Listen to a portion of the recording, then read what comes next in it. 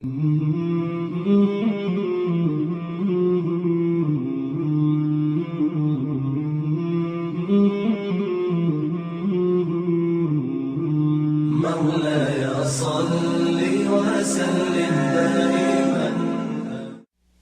morning, I want to ask you the question, are you really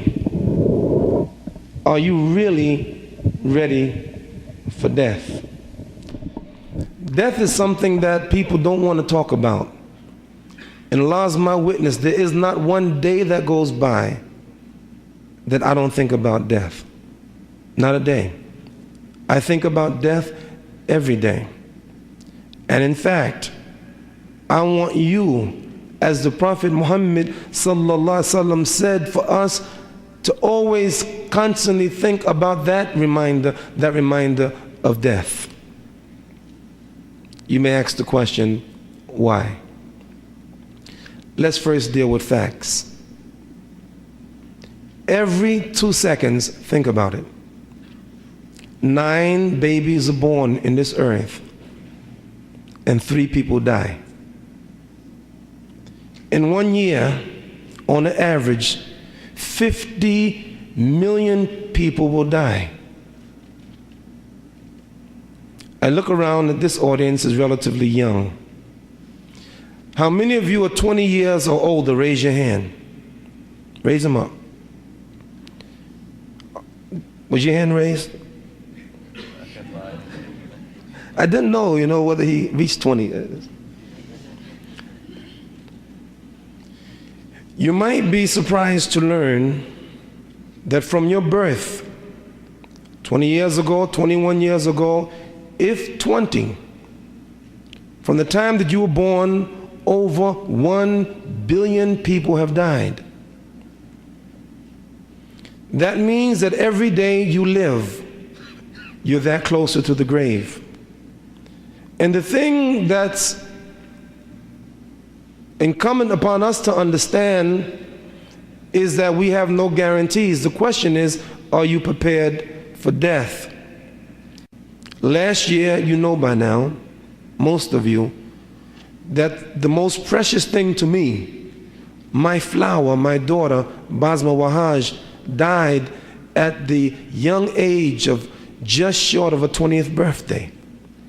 She had been married 1 year, and she had given birth a week before, healthy all of her life. And then Allah, the Almighty, decreed that she should go. Did it hurt me? Yes.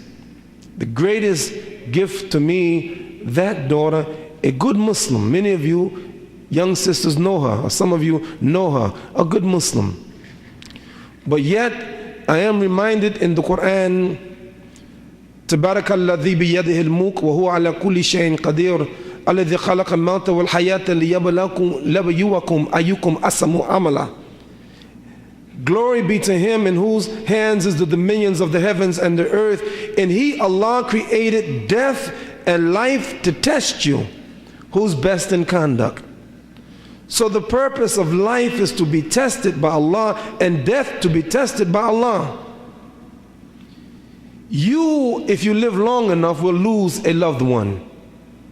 Your mother, your father, your grandmother, your grandfather, your uncle, your husband, your wife, your children, all of you will be tested by death. After all, 50 million people a year. It's inevitable. So the real question is not to get angry, or the real point is not to get angry at Allah because Allah took your loved one. Recognize, وَمَا كَانَ لِنَفْسٍ أَن تَمُوتَ إِلَّا بِإِذْنِ اللَّهِ كِتَابٍ مُؤَجَّلًا. No soul can die except by the permission of Allah. It's already written in a book. I have nothing to do with that.